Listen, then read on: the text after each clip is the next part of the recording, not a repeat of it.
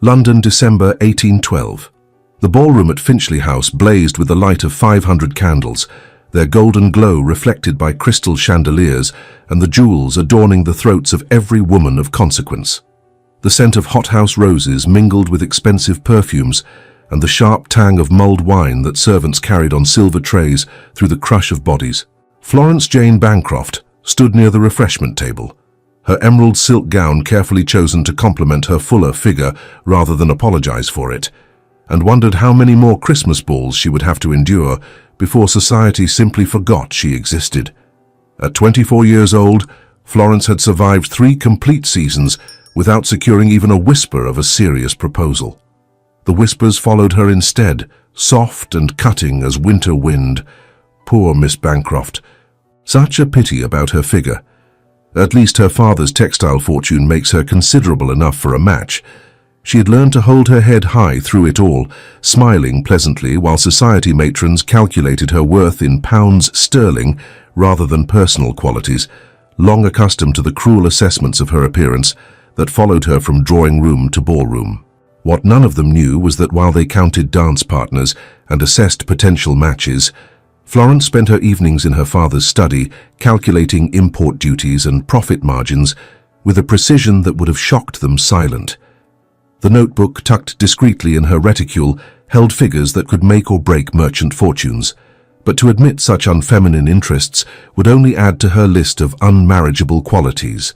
If stories of love that sees beyond society's cruel judgments touch your heart, please subscribe now. You will not want to miss what happens when a brilliant mind meets the one man brave enough to value it. The evening had reached that point where the dancing had grown more spirited and the conversations louder, when propriety began to soften at the edges like candle wax left too long near flame. Florence had just accepted a small glass of ratafia, its sweet almond scent heavy in the air, from a passing servant when the collision occurred. Jonathan Charles Blackwood, the younger son of Viscount Blackwood, had been attempting to navigate through the crowd, while simultaneously avoiding the calculating gaze of Lady Rutherford and her marriageable daughter. He did not see the elaborate floral arrangement on its pedestal until his shoulder connected solidly with the base. The crystal vase tipped, sending water and winter roses cascading directly toward the refreshment table. Florence jumped back with surprising agility for a woman in evening dress, but her reticule was not so fortunate. The small beaded bag flew from her wrist, landing open on the polished floor. Papers scattered across the marble like autumn leaves, revealing neat columns of figures and calculations that had no place in a ballroom. "Good God, I'm terribly sorry," Jonathan said, dropping immediately to his knees to help gather the scattered papers. His hands, Florence noticed with a start, bore the telltale calluses of manual labor, an oddity for a gentleman of his rank. He reached for one of the sheets, his eyes scanning the content before he could stop himself. "These are import duty calculations for Scottish wool." Florence felt heat flood her cheeks, but not from embarrassment, from fury. She snatched the paper from his hands with more force than was strictly polite.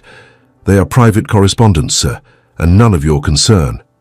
"Private correspondence that includes a rather ingenious scheme for reducing tariff costs through sequential shipping," Jonathan said, his voice carrying genuine admiration rather than mockery.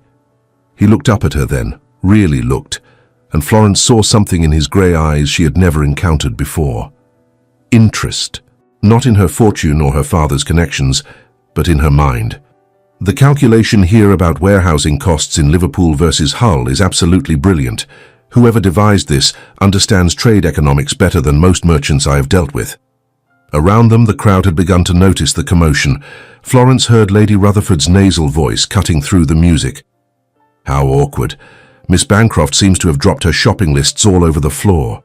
The titter of laughter that followed was familiar, expected, and still sharp enough to draw blood. Florence gathered her papers with swift, precise movements, shoving them back into her reticule without meeting Jonathan's gaze. "Thank you for your assistance, Mr. Blackwood. I believe we have provided sufficient entertainment for the evening." "It is not entertainment," Jonathan said quietly, rising to his feet beside her. He was tall, she realized, with shoulders broadened by work rather than merely good tailoring. His evening clothes were well made but not new, and there was something in the way he held himself that suggested a man more comfortable in a field than a ballroom. "It is genius. May I ask who created these projections?" Florence lifted her chin, meeting his gaze directly. "I did, Mr. Blackwood. And before you express shock or disbelief, allow me to assure you that my comprehension of mathematics persists, despite the unfortunate handicap of having been born female." The corner of his mouth twitched upward in what might have been the beginning of a smile. "I was not going to express shock, Miss Bancroft. I was going to ask if you would be willing to look at some rather desperate financial problems I am currently facing. My estate in Surrey is in dire need of exactly the sort of innovative thinking you have demonstrated here." Before Florence could respond to this extraordinary statement, Lady Rutherford appeared at Jonathan's elbow, her expression radiating predatory determination. "Mr. Blackwood, how kind of you to assist poor Miss Bancroft, though I must say, carrying business papers to a Christmas ball is most peculiar. My daughter Catherine was just mentioning how much she enjoyed your conversation earlier. She is standing just over there. Do come say hello." Jonathan's jaw tightened almost imperceptibly, but he bowed with perfect politeness. "You are too kind, Lady Rutherford. However, I was just in the middle of a rather important discussion with Miss Bancroft about Scottish wool trade." "Wool trade?" Lady Rutherford's laugh was high and artificial. "How absolutely fascinating. Though surely such topics are better left to men of business. Catherine plays the pianoforte most beautifully, you know. Perhaps after the next dance?" Florence watched the familiar dance of social maneuvering with the detached interest of someone who had long since stopped hoping to be included. She knew exactly how this scene would end. Jonathan Blackwood would make his excuses, retreat to safer social ground with the pretty, uncomplicated Miss Rutherford, and Florence would return to her position by the refreshment table. Another evening survived, if not enjoyed. But Jonathan did something unexpected. He turned his back quite deliberately on Lady Rutherford and extended his hand toward Florence. "Miss Bancroft, would you grant me the honor of the next dance? I find myself eager to discuss profit margins and shipping schedules in more detail. A waltz should provide sufficient time for at least a preliminary consultation." The ballroom seemed to fall silent, though Florence knew that was impossible. The orchestra was still playing, couples still moved across the floor, yet all she could hear was the thundering of her own heart as she stared at his outstretched hand. Lady Rutherford made a small sound of displeasure. "The waltz has not been approved for Miss Bancroft by the patronesses. She cannot possibly dance it in good society." "Then it is fortunate," Jonathan said, his grey eyes never leaving Florence's face, "that I care more for good conversation than the arbitrary dictates of the patronesses. What say you, Miss Bancroft? Will you risk scandalizing society by discussing economics with me while we dance?" Florence placed her hand in his, feeling the roughness of those unexpected calluses through her glove. "I believe, Mr. Blackwood, that society was already quite scandalized by my existence long before you offered to dance with me. We might as well give them something truly shocking to discuss." As he led her onto the floor and placed his hand at her waist with careful propriety, Florence realized that something fundamental had shifted in her carefully ordered world. For the first time in 3 seasons of social torture, someone was looking at her not as a problem to be solved or an unfortunate package to be unloaded, but as a person whose mind held value. "Now then," Jonathan said as they began to move through the steps of the waltz, "tell me about this scheme for reducing warehouse costs in Liverpool. My estate grows excellent wool, but the transportation expenses are destroying any potential profit." And Florence, who had spent years hiding her mathematical brilliance behind fans and false smiles, found herself explaining complex financial strategies to a man who listened with genuine attention. Around them, society whispered and stared, but for once she did not care. It was then that Florence Jane Bancroft's life truly began. The weeks following the Christmas ball brought changes to Florence's routine that she had not anticipated. 3 days after their encounter, a footman arrived at the Bancroft townhouse on Bedford Square with a formal request from Jonathan Charles Blackwood. He wished to consult with her father regarding certain financial matters pertaining to the Blackwood estates in Surrey, and if Miss Bancroft would not find it too burdensome, he would be grateful for her expertise as well. Oliver Bancroft, a practical man who had built his textile empire through shrewd calculation rather than inherited privilege, took one look at his daughter's carefully neutral expression, and agreed immediately. If the younger son of a viscount needed business advice, Oliver saw no reason not to provide it, particularly if it gave his brilliant daughter a legitimate excuse to use the mind society seemed determined to waste. The first consultation took place in the offices of Bancroft Textiles in the City of London, a commodious building near the docks, where the scent of wool and dye mixed with the salt tang of the Thames. Florence presented herself in her most severe day dress, her hair pulled back in a practical chignon, carrying a leather portfolio that held her most recent calculations on fabric pricing and transportation costs. Jonathan was already there when she entered her father's private office, standing by the window that overlooked the warehouse floor below. He had exchanged his evening clothes for more practical attire, and Florence noted that he seemed more comfortable here, away from the rigid formality of Mayfair ballrooms. "Miss Bancroft," he said, turning as she entered, "thank you for agreeing to meet with me. I realize this is highly irregular." "Everything about our acquaintance has been irregular, Mr. Blackwood," Florence replied, setting her portfolio on the large oak desk. "I see no reason to depart from this path now. My father mentioned you have concerns about the profitability of your wool production." What followed was 3 hours of the most stimulating conversation Florence had experienced in her entire life. Jonathan laid out his situation with brutal honesty. His elder brother would inherit the viscountcy and the primary estates, leaving Jonathan with a smaller property in Surrey that had been mismanaged for years. The land itself was good, the sheep healthy, and the wool of excellent quality, but the costs of bringing the product to market were consuming any potential profit. Florence spread her papers across the desk, explaining the intricacies of shipping schedules and warehouse arrangements with the ease of someone who had been studying such matters for years.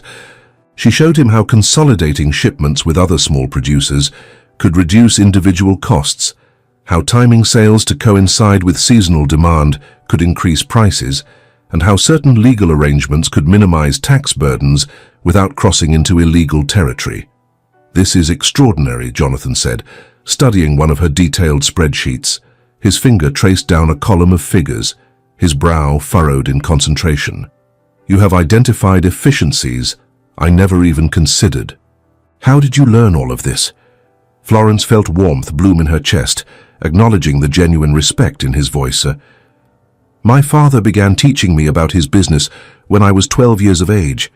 He had no sons, you see, and he believed that intelligence was not limited by sex, regardless of what society might claim. I have been managing his ledgers and calculating his tariffs for years, though we keep that information strictly confidential." "Why?" Jonathan looked up from the papers, his grey eyes serious. "You clearly have a gift for this work. Why hide it?" "Because, Mr. Blackwood, a woman who can calculate compound interest is considered far less marriageable than one who can only embroider cushions and play the pianoforte poorly," Florence said with a trace of bitterness she usually kept well hidden. "My father is wealthy enough that I need not worry about dying destitute, but even his fortune cannot overcome the basic facts of my situation. I am too large, too intelligent, and too interested in unfeminine pursuits to ever be considered a desirable match.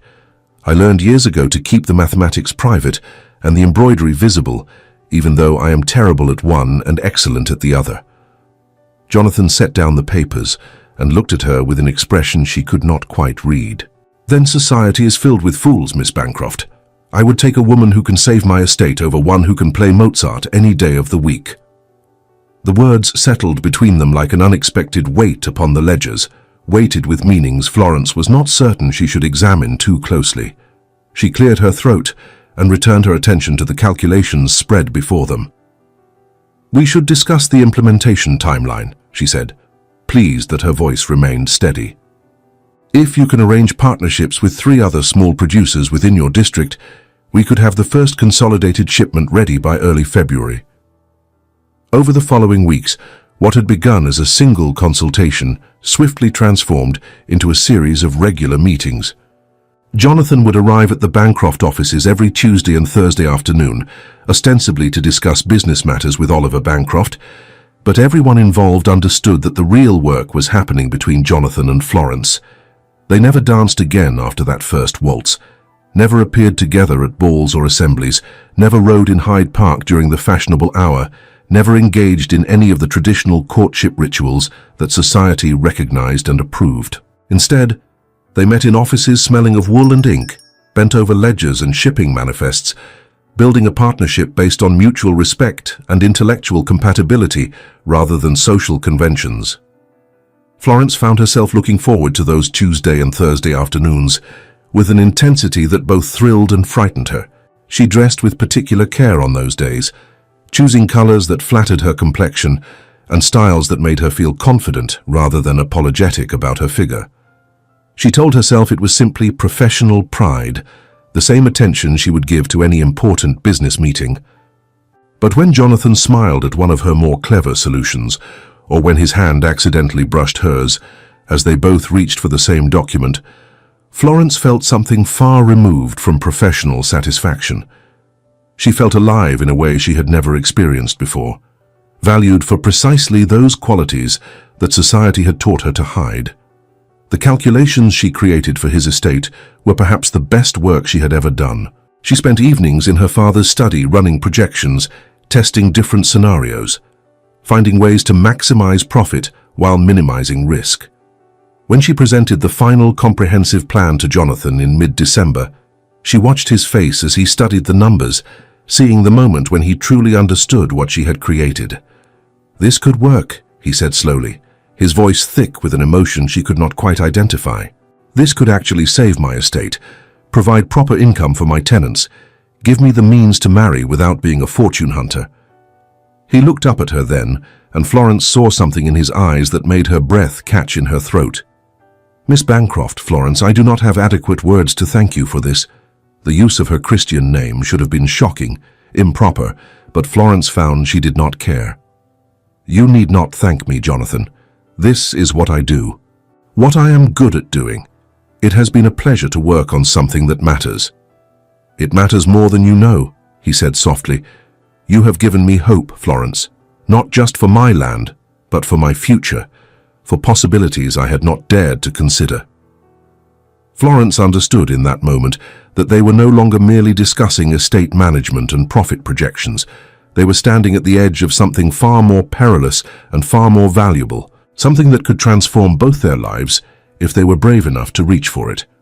But before either of them could find the words to cross that threshold, Oliver Bancroft entered the office with news of an urgent matter requiring Florence's attention. The moment passed, carried away on the tide of ordinary business concerns, but the feeling remained, humming beneath every subsequent interaction like a promise waiting to be spoken aloud. January 6th, 12th night, arrived with the bitter cold that had settled over London like a suffocating blanket. The Thames had begun to freeze at its edges, and servants spoke in worried whispers about the possibility of a full freeze, something that had not happened in over a decade. Despite the cold, or perhaps because of it, society threw itself into the traditional 12th night celebrations with desperate gaiety. Lord Stratton's ball was the most anticipated event of the season, a massive affair that would mark the official end of the Christmas festivities. Florence had debated whether to attend at all, but her father had received a specific invitation that included her by name, and Oliver Bancroft believed in facing society rather than hiding from it. Florence dressed with particular care that evening, choosing a gown of deep sapphire silk that her modiste had designed specifically to flatter her fuller figure. The neckline was modest but elegant. The waist emphasized her natural shape rather than trying to minimize it, and the sapphire brought out a deep intensity in her eyes. She wore her mother's sapphires at her throat, a statement of quiet confidence rather than apology. When she entered Lord Stratton's ballroom, she saw Jonathan almost immediately. He stood near the terrace doors in conversation with several other gentlemen, and something about the tense set of his shoulders suggested the discussion was not entirely pleasant. Their eyes met across the crowded room, and he offered her a small smile that made her heart lift despite her nervousness. Florence made her way through the crowd, exchanging pleasantries with the few guests who acknowledged her.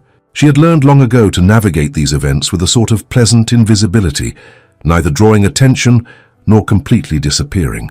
She found a position near a cluster of potted palms where she could observe without being in the direct line of scrutiny. It was from this vantage point that she heard Lady Stratton's voice rising above the general conversation, addressing someone Florence could not quite see. "Oh, how delightful that Miss Bancroft has chosen to grace us with her presence this evening.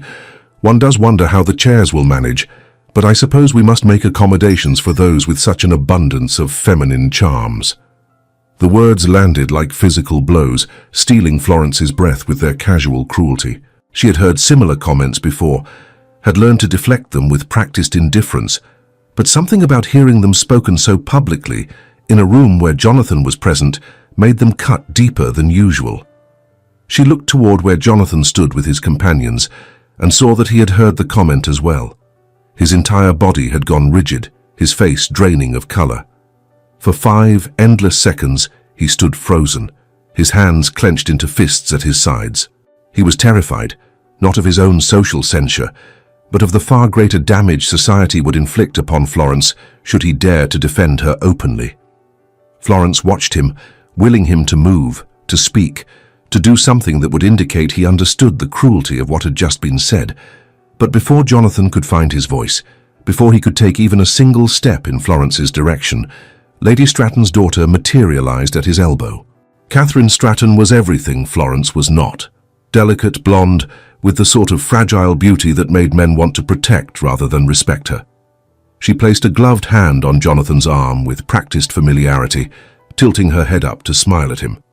"Mr. Blackwood, you promised me the first waltz, remember? The musicians are just beginning." Florence saw Jonathan's jaw work, saw him glance in her direction with something that looked like desperation, but Catherine was already drawing him toward the dance floor with the inexorable force of social expectation. To refuse would have created a scene far worse than anything Lady Stratton had already accomplished. Jonathan allowed himself to be led away, casting one last helpless look over his shoulder as Florence stood alone among the potted palms. The rest of the evening passed in a blur of forced smiles and careful avoidance. Florence stayed for precisely 1 hour, the minimum required by politeness, then pleaded a headache and called for her father's carriage. She saw Jonathan approaching as she made her way toward the entrance, but she deliberately turned away, unable to bear whatever excuse or apology he might offer. She spent the night in her father's study, surrounded by ledgers and calculations, seeking sanctuary in numbers that adhered to predictable rules.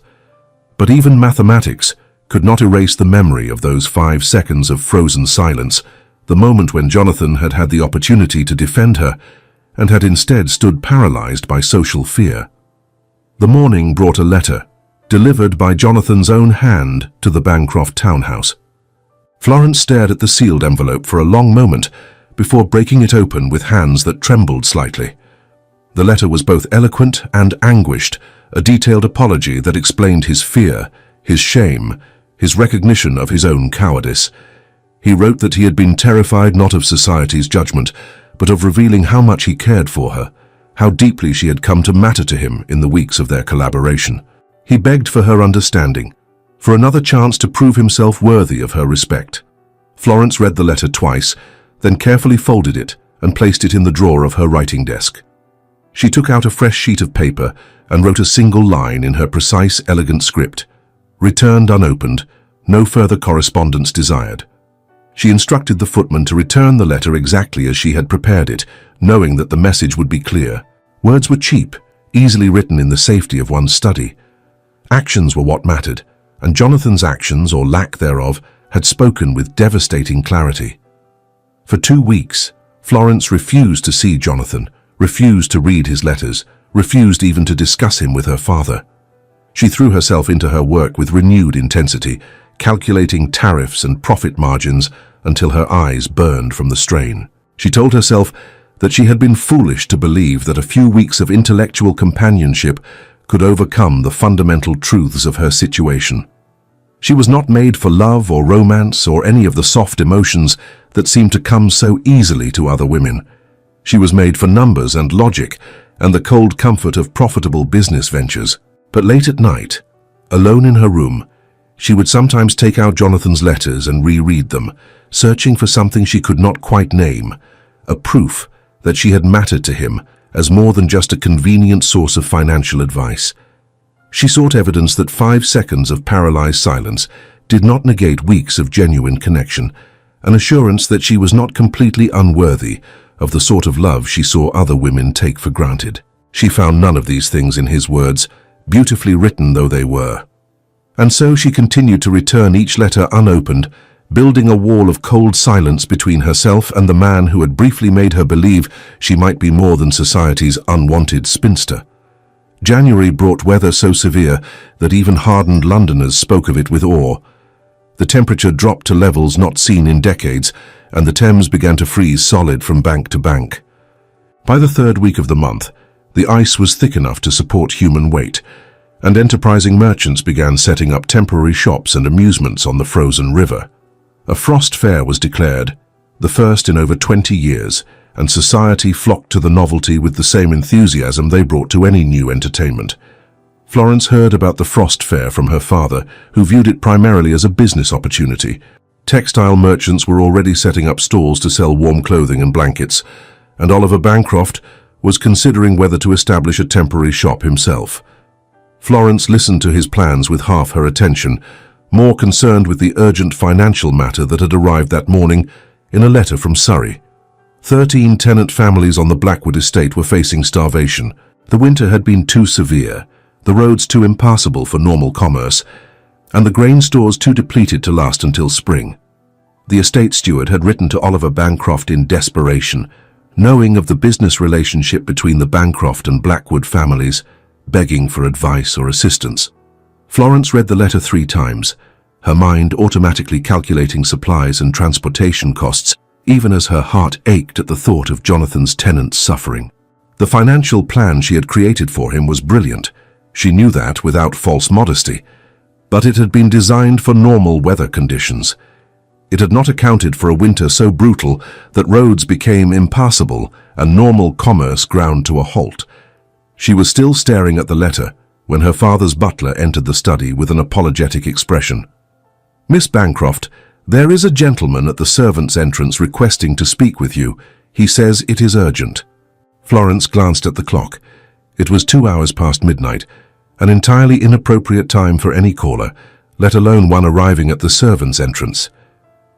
"Did he give his name?" "Mr. Jonathan Blackwood, miss. He appears quite distressed and refuses to leave until he has spoken with you." Florence's first instinct was to send him away, to maintain the wall of silence she had built so carefully over the past 2 weeks. But the letter from the estate steward sat on the desk before her, a reminder that this was not merely about wounded pride or romantic disappointment. There were 13 families facing genuine hardship, and whatever her feelings about Jonathan's personal failures, she would not allow innocent people to suffer for them. "Show him to the study," she said quietly, "and bring tea. This appears to be a business matter that will require some time to resolve." Jonathan arrived looking as though he had ridden through a severe ordeal to reach her.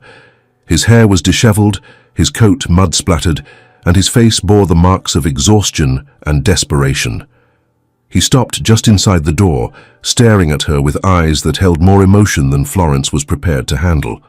"I received your letter," he said without preamble. "The one from my steward. I know you must have seen it as well, since he copied Oliver in his plea for help." He took a step closer, his voice rough with fatigue. "Not for myself, but for my tenants. 13 families who will not survive this winter without intervention. Whatever you think of me, whatever anger you rightfully hold, please do not punish them for my failures." Florence gestured to the chair across from her desk, her expression carefully neutral. "Sit down, Jonathan. You look ready to collapse. This is a business consultation, nothing more. Your personal matters do not concern me." She saw him flinch at the coldness in her voice, but he sat obediently, watching as she spread the steward's letter and several sheets of calculations across the desk between them. For several minutes, neither spoke, as Florence worked through the numbers, her pen scratching across paper as she tested different scenarios. "The problem," she said finally, "is that all traditional supply routes are blocked by snow and ice. Normal transportation is impossible given current conditions." She looked up at him then, seeing the desperation in his face. "However, there may be an alternative solution. If we could establish a temporary growing operation using root vegetables that mature quickly in cold conditions, your tenants could produce their own food supply rather than waiting for external delivery." Jonathan leaned forward, studying her calculations with the intensity she remembered from their earlier collaborations. Turnips? You are suggesting we grow turnips in the middle of January? Not ordinary turnips, Florence corrected, warming to the problem despite her intention to remain cold and professional. There are varieties developed in Scotland specifically for winter growth. They can be planted in protected conditions and mature in 6 to 8 weeks. If we can source seeds and establish proper growing conditions in barns or other sheltered structures, your tenants could have food by mid-March. That is brilliant, Jonathan said, his voice filled with the same admiration she remembered from their first meeting. Absolutely brilliant. But the cost of seeds, the materials for proper growing conditions, the labor involved in setting everything up, I do not have capital available for such an undertaking. Everything is tied up in the spring wool production. Florence had already calculated those costs, had already considered the various financing options. She made several more notes, then pushed a sheet of paper across the desk toward him. My father's company will front the costs as an interest-bearing loan. The terms are fair, the repayment schedule aligned with your wool profits. It is good business, Jonathan, nothing more. He studied the numbers for a long moment, then looked up at her with eyes that held too much hope. Florence, I need to explain about that night at the Stratton ball. I need you to understand what happened. There is nothing to understand, Florence said, keeping her voice level with effort. You froze when confronted with the social cost of defending me. It was a perfectly natural response. I do not hold it against you. That is not true, and you know it, Jonathan said with sudden heat. You hold it very much against me, and you have every right to do so. I was a coward, Florence. I stood there for 5 seconds that felt like 5 hours, paralyzed by social fear, a damning cowardice, and let that vicious woman insult you without saying a single word in your defense. And then you danced with her daughter, Florence added quietly. Do not forget that part. Jonathan's jaw tightened. I did not want to dance with Catherine Stratton. I wanted to cross the ballroom, stand beside you, and announce to everyone present that you are worth more than all of them combined. But I was terrified. Terrified of what? Florence demanded, her careful control beginning to crack. Of social censure? Of losing your standing among people who care more about appearance than substance? Of being associated with the fat spinster that everyone mocks? No, Jonathan said with sudden fierce intensity. I was terrified of them seeing how much I loved you, how completely you had captured not just my mind, but my heart, how I thought about you every waking moment, how your brilliance and kindness and strength had become the essential current by which my own life is navigated. I was terrified because I knew that once society saw the truth of my feelings, they would use them to hurt you even more than they already had. The words hung in the air between them, raw and honest, and more than Florence had been prepared to hear. She stood abruptly, walking to the window that overlooked the dark garden, needing distance to process what he had just admitted. That is a convenient excuse, she said, but her voice lacked conviction. Fear of revealing feelings is just another form of cowardice. You are absolutely right, Jonathan said, and she heard him move to stand behind her, close but not touching. It was cowardice, Florence, the worst kind, because it hurt the person I care for most in this world. And I hate myself for those 5 seconds of paralyzed silence more than I can express. But I'm here now, at 2 hours past midnight, covered in mud from riding through the worst winter in decades, begging you not for forgiveness, but for a chance to prove that I can be braver than my fear. Florence turned to face him, seeing the exhaustion and sincerity written in every line of his face. What are you asking for, Jonathan? A chance to fix this, he said simply. Not just the situation with my tenants, though God knows I am grateful for your help with that, but a chance to prove that I can stand beside you publicly, proudly, and damn whatever society thinks about it. A chance to show you that my actions can match the words I have written in all those letters you refused to read. Florence felt something in her chest beginning to crack. The careful wall of ice she had built around her heart finally gave way, showing its first profound fractures. And what if I cannot trust you? What if I cannot believe that you will be brave when it matters? Jonathan met her gaze steadily. Then test me, Florence. Set whatever conditions you require. I will meet them or die trying. Because a life without you in it is not a life I want to live." Before Florence could respond, her father entered the study carrying a tray with tea and refreshments. Oliver Bancroft took one look at the scene before him, his brilliant daughter facing a mud-splattered gentleman in the middle of the night, surrounded by papers covered in calculations, and simply smiled. "I thought you two might need sustenance," he said mildly. "Business consultations at this hour tend to be quite draining. I will leave you to your work." As the door closed behind him, Florence felt a laugh escape despite herself. Her father had always understood her better than anyone, had always given her the space to make her own decisions. She looked at Jonathan, seeing him properly for the first time since he had arrived, and felt the last of her anger beginning to dissolve into something softer and more terrifying. "Very well," she said quietly. "We will work on this problem together. But when we are finished, when your tenants are safe and fed, we will address the other matter between us." "And what matter is that?" Jonathan asked, though his eyes suggested he knew perfectly well. Florence met his gaze with the same directness she brought to her business calculations. "Whether you have the courage to claim me publicly, Jonathan, in front of everyone who has ever mocked me or dismissed me, because I will not settle for a man who loves me only in private, who values my mind in his office, but is ashamed of my body in his ballroom. I deserve better than that." "You deserve everything," Jonathan said softly, "and I intend to prove to you that I can provide it." They worked through the rest of the night, side by side at her father's desk, creating a comprehensive plan to save the 13 tenant families. Florence calculated seed quantities and growing requirements, while Jonathan sketched barn modifications and labor schedules. They argued over details, refined projections, tested alternative scenarios, falling back into the comfortable partnership they had built over weeks of collaboration. As dawn began to lighten the sky outside the study windows, they had a complete plan. It was ambitious, risky, and would require Jonathan to spend every penny of available capital. But it would work. Florence knew it would work, because her calculations never lied, because logic and mathematics were the one area where she could always find solid ground. Jonathan stood to leave as the household began to wake, gathering his mud-stained coat and the precious papers that might save his people. At the door he turned back to look at her, his grey eyes serious. "You told me I would be your coward, Florence, but only if I was brave enough to claim you publicly in front of everyone who ever laughed at either of us. I heard you, and I am going to be brave enough. I promise you that." Florence watched him leave, then returned to her desk, where his final words echoed in her mind. She had set an impossible standard, she knew that. Society would not forgive a public declaration, would not accept a union between a younger son with ruined lands and a wealthy merchant's daughter who defied every feminine ideal. They would be ostracized, mocked, potentially destroyed. But as she looked at the calculations spread before her, proof of what they could accomplish together, Florence felt something she had not experienced in years.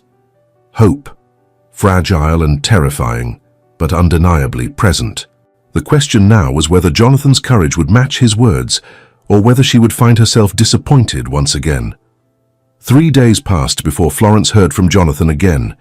3 days during which she tried not to count the hours, tried not to jump every time a servant entered a room, tried not to scan every letter that arrived hoping for his handwriting. She told herself it was merely curiosity about the implementation of their plan for the tenants, professional interest in seeing her calculations put into practice.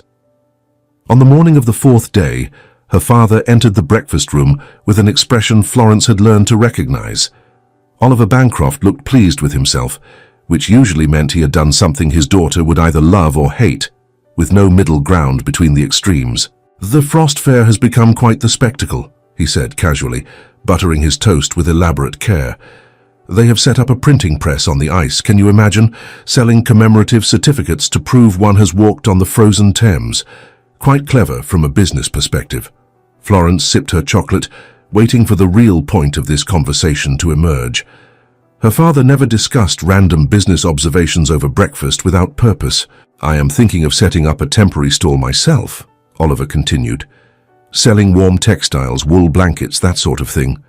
The profit margin could be quite substantial, given the demand and limited supply." I wondered if you might accompany me this afternoon to survey potential locations. You do not need my help selecting a store location, Father, Florence said with mild exasperation. You have been in the textile business for 30 years. What are you actually planning? Oliver Bancroft smiled, the expression warm with fatherly affection and something that looked like pride. I am planning to support my brilliant daughter in whatever she decides to do next. There are rumors circulating about a certain event scheduled for this afternoon at the Frost Fair. Something involving a public declaration of some kind.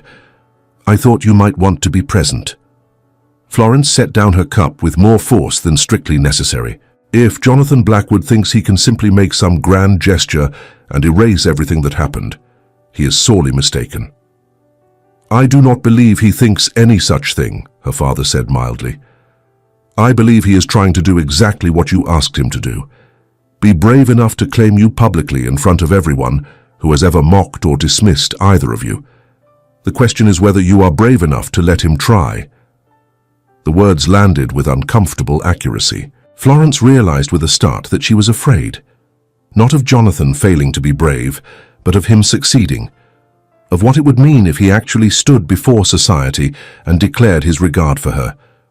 Of the vulnerability required to accept such a public declaration, to expose her own feelings where everyone could see and judge them. What if he disappoints me again? She asked quietly. Then he will have proven himself unworthy, Oliver said simply.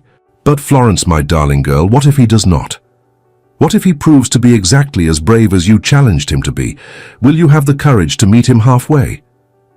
Florence thought about those words as she dressed that afternoon in practical, warm clothing, as she climbed into her father's carriage for the journey to the frozen Thames, as she stepped carefully onto the ice that covered one of England's greatest rivers. The Frost Fair had transformed the frozen waterway into a temporary city, with tents and stalls and amusements stretching as far as the eye could see. Crowds thronged the ice despite the bitter cold, drawn by the novelty and the knowledge that such opportunities came perhaps once in a generation. Oliver guided her through the crowds with the practiced ease of someone comfortable in any environment, merchant or aristocrat. They passed printing presses and roasting chestnut vendors, puppet shows and fortune tellers, merchants selling everything from hot wine to commemorative medals. And there, in a cleared space near the center of the fair, Florence saw a raised platform surrounded by what appeared to be half of fashionable society. Jonathan stood on that platform, and even from a distance Florence could see the tension in his shoulders, the set of his jaw that suggested he was preparing himself for battle. As she and her father drew closer, she recognized many of the faces in the crowd. Lady Rutherford and her daughter, Catherine, Lord Stratton and his wife, every society matron who had ever looked down their nose at Florence or whispered cruel assessments of her figure. And there, standing at the very front with an expression of smug anticipation, was Lady Stratton herself, the woman whose words 2 weeks ago had sparked this entire crisis. Florence felt her father's hand tighten on her arm. Do you want to leave? We can turn around right now if you wish. But Florence found herself moving forward instead, drawn by something she could not quite name. Curiosity, perhaps, or hope, or simply the need to see how this extraordinary scene would conclude. Jonathan saw her then, his eyes finding hers across the crowd with unerring accuracy. She saw relief flash across his face, followed by determination so fierce it took her breath away. He raised his hand, calling for silence, and the crowd quieted with the eager anticipation of people sensing impending scandal. "Ladies and gentlemen," Jonathan began, his voice carrying clearly across the frozen river, "I have called you here today to address a matter that has been troubling me for some weeks now. Specifically, I wish to respond to comments made by Lady Stratton at her 12th night ball 2 weeks past." A collective gasp went through the crowd. One did not publicly reference social slights, did not drag private cruelties into public forums. Lady Stratton's face flushed with a mixture of anger and embarrassment. "You are out of line, sir," Lord Stratton called out. "Whatever grievance you imagine you have can be addressed through proper channels, not theatrical displays on a frozen river." "I disagree," Jonathan said with perfect calm. "Some matters require public address because they were committed publicly." Lady Stratton made certain remarks about Miss Florence Jane Bancroft's appearance, suggesting that her figure required special accommodation and using language clearly designed to humiliate and wound. Florence felt the crowd's attention shift to her, felt the familiar burn of shame heating her cheeks. But then Jonathan's voice cut through her embarrassment with words she had not expected. I stood silent that evening when those words were spoken. For 5 seconds that will haunt me for the rest of my life. I was paralyzed by social fear. I allowed a brilliant, generous, extraordinary woman to be insulted in my presence without saying a single word in her defense. That silence was the greatest failure of my life, and I am here today to rectify it publicly as the original offense was committed. He turned then to look directly at Lady Stratton, and Florence saw steel in his expression she had not witnessed before. You mocked Miss Bancroft's appearance, madam. You suggested her figure made her somehow less worthy of respect or dignity. Allow me to correct your error. Jonathan pulled a sheaf of papers from his coat pocket, holding them up for the crowd to see. These documents represent a comprehensive financial plan created by Miss Florence Bancroft for the management of my estate in Surrey. Her calculations, her brilliant, innovative strategies have not only saved my lands from ruin, but also saved 13 tenant families from starvation this winter. He looked around the crowd, making eye contact with several shocked faces. While you were all discussing fashion and gossip at your balls, Miss Bancroft was designing cold-weather growing operations that will keep 13 families alive through a winter of unprecedented severity. While you were judging her figure, she was calculating seed quantities and barn modifications with mathematical precision that would shame most trained accountants. While you were mocking her appearance, she was proving herself to be more intelligent, more competent, and more genuinely valuable than anyone in this entire assembly. Florence felt tears pricking at her eyes, but she refused to let them fall. Around her she heard the murmurs of the crowd, some shocked, some admiring, some still disapproving. But Jonathan was not finished. You mocked her figure, Lady Stratton, while wearing Bancroft fabrics that you purchased from her father's shops. You sneered at her intelligence while benefiting from the textile innovations her family company provides to all of England. Your cruelty was not just offensive, it was hypocritical of the highest order. He turned then to face Lord Stratton directly. And you, sir, have built your fortune partially on wool provided by estates like mine. You sneer at the merchant class while depending on their products for your comfort and status. You judge women like Miss Bancroft while your own character is so twisted that no amount of tailoring can hide its deformity. The silence that followed was absolute, broken only by the whistle of wind across the frozen river. Then Jonathan did something that made Florence's heart stop entirely. He stepped down from the platform and walked directly to where she stood with her father. He dropped to one knee on the ice, heedless of the cold or the impropriety or the hundreds of eyes watching every movement. He looked up at Florence with eyes that held nothing but honesty and love and terrifying vulnerability. Miss Florence Jane Bancroft, he said clearly, his voice carrying to every corner of the assembled crowd. I am a man of modest means whose coat may forever carry the scent of hay and honest labor rather than French cologne. I have dirt under my fingernails from working my own fields, and I know more about sheep than I do about society. I cannot offer you a great title or vast wealth or social prominence. He reached up to take her gloved hand in his, and Florence let him, too stunned to do anything else. But I can offer you a partnership built on mutual respect and intellectual compatibility. I can offer you a man who loves your brilliant mind, your generous heart, and yes, the abundant charms of your person. I can offer you honesty and courage, and the promise that I will spend every day of my life proving myself worthy of your regard. He pulled a small velvet box from his pocket, opening it to reveal a ring of modest beauty, a single sapphire set in gold. I am asking you to marry me, Florence, to be my wife, my partner, my best friend, and greatest ally. I am asking you to build a life with me, where your intelligence is celebrated rather than hidden, where your talents are used to their fullest potential, where you are valued for precisely those qualities that make you extraordinary. Florence looked down at him, at this man who had started as a business acquaintance and become something infinitely more precious. She thought about the weeks of collaboration, the way he had looked at her calculations with genuine admiration, the way he had listened to her ideas with respect rather than condescension. She thought about his failure at the Stratton ball and his courage now kneeling on ice in front of everyone who had ever mocked either of them. "You neglected to mention that your mathematics are quite lamentable without my intervention," she said, and felt a laugh bubble up in her chest at his startled expression. "The wool production calculations you showed me when we first met were demonstrably inaccurate. You had confused pounds sterling with pounds weight in at least 3 places." Jonathan's face split into a grin that transformed his entire appearance. "Then it is fortunate I am asking a mathematical genius to marry me. Someone needs to keep me from bankrupting myself through basic arithmetic errors." "Indeed," Florence agreed, feeling her own smile beginning to match his.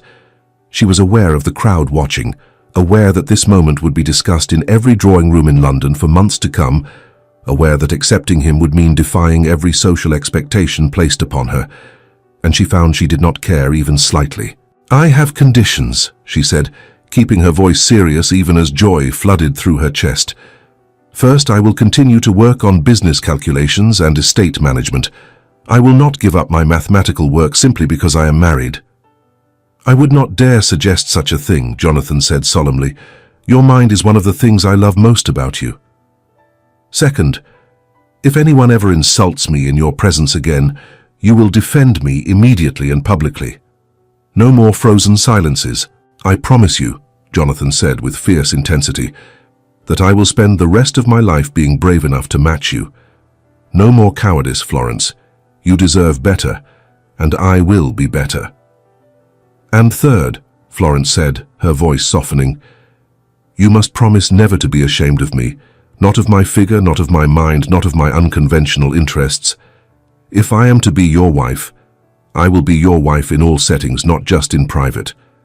Jonathan stood then, still holding her hand, and turned to face the assembled crowd. "Let me be absolutely clear to everyone present. I am not ashamed of Florence Bancroft. I am proud of her brilliance, proud of her kindness, proud of her strength, and yes, proud of her beauty. Anyone who cannot see what I see when I look at her is simply blind." He turned back to Florence, and she saw in his eyes the same terrifying vulnerability she felt. "Now then, Miss Bancroft, having heard my promises and set your conditions, will you answer my question? Will you marry me?" Florence looked at the man before her, this younger son of a viscount, who smelled of honest work rather than expensive cologne, whose hands bore calluses from physical labor, whose estate had been saved by her calculations. She thought about the life he was offering her, a partnership where her intelligence would be valued rather than hidden, where her body would be appreciated rather than mocked, where she could be fully herself without apology. "Yes," she said clearly, loudly enough for the entire crowd to hear. "Yes, Jonathan Charles Blackwood, I will marry you. I will be your wife and your partner and your mathematical consultant whenever you confuse different types of pounds." The crowd erupted in sound, some applauding, some gasping, some muttering disapproval. But Florence barely heard them.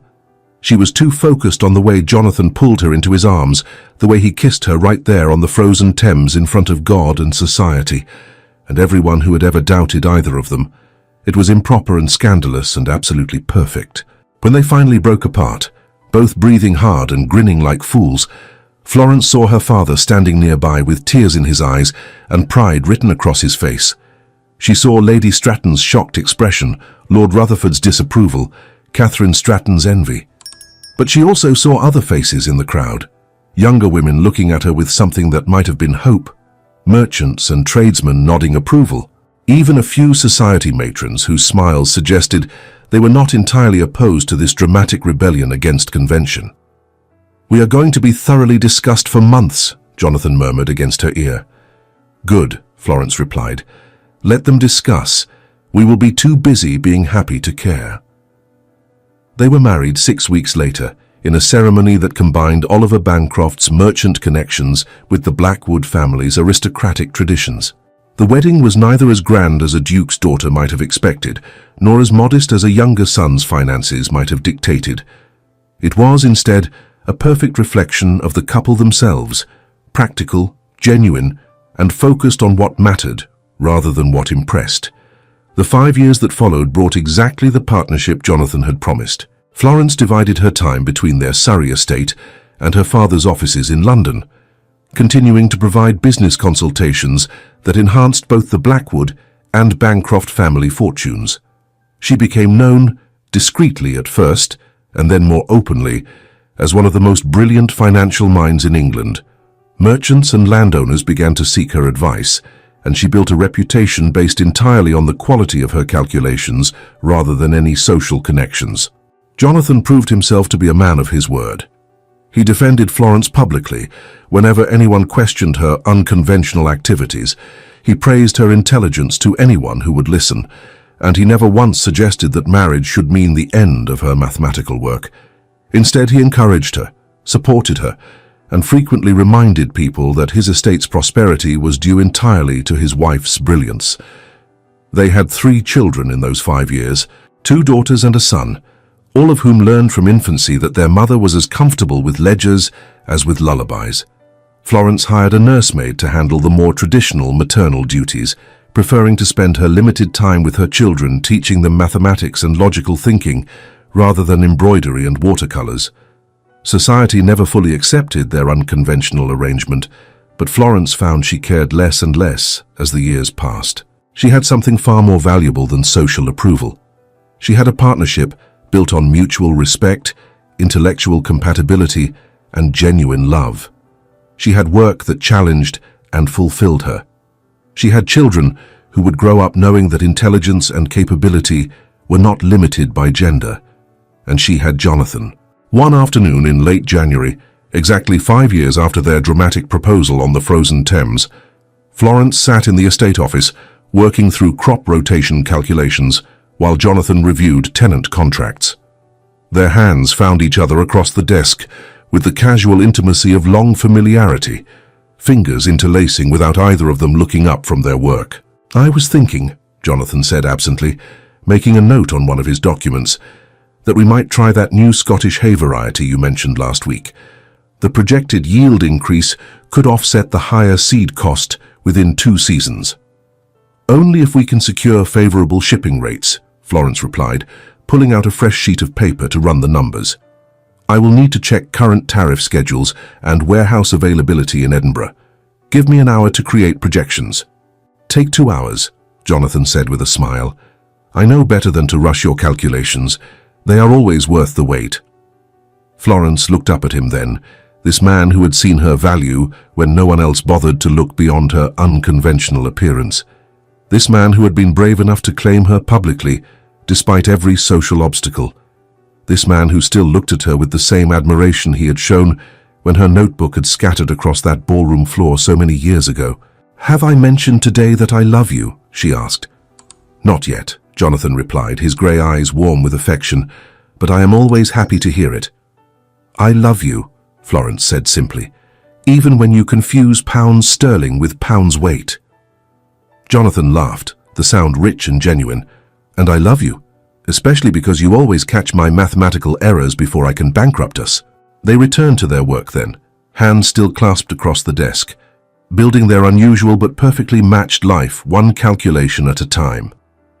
Outside, winter wind howled across the Surrey countryside, but inside the estate office, surrounded by ledgers and contracts and projections for a prosperous future, Florence Jane Bancroft Blackwood felt nothing but warmth. She had found something society insisted did not exist for women like her. She had found a partnership of true equals, a love based on respect rather than appearance, a life where her brilliance was celebrated rather than hidden.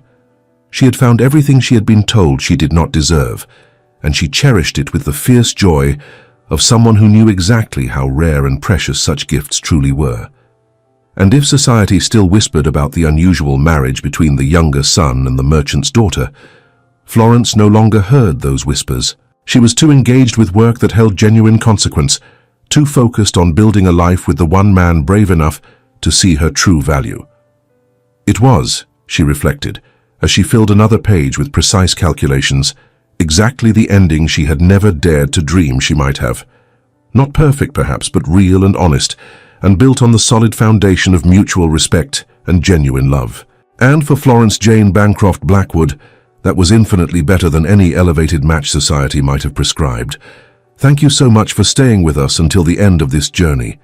If this story of intelligence valued over appearance, of courage overcoming social fear, and of love built on true partnership touched your heart, please like, subscribe, and share with someone who needs to hear it. Your support helps us continue creating stories of hope, resilience, and the power of being brave enough to claim what you deserve.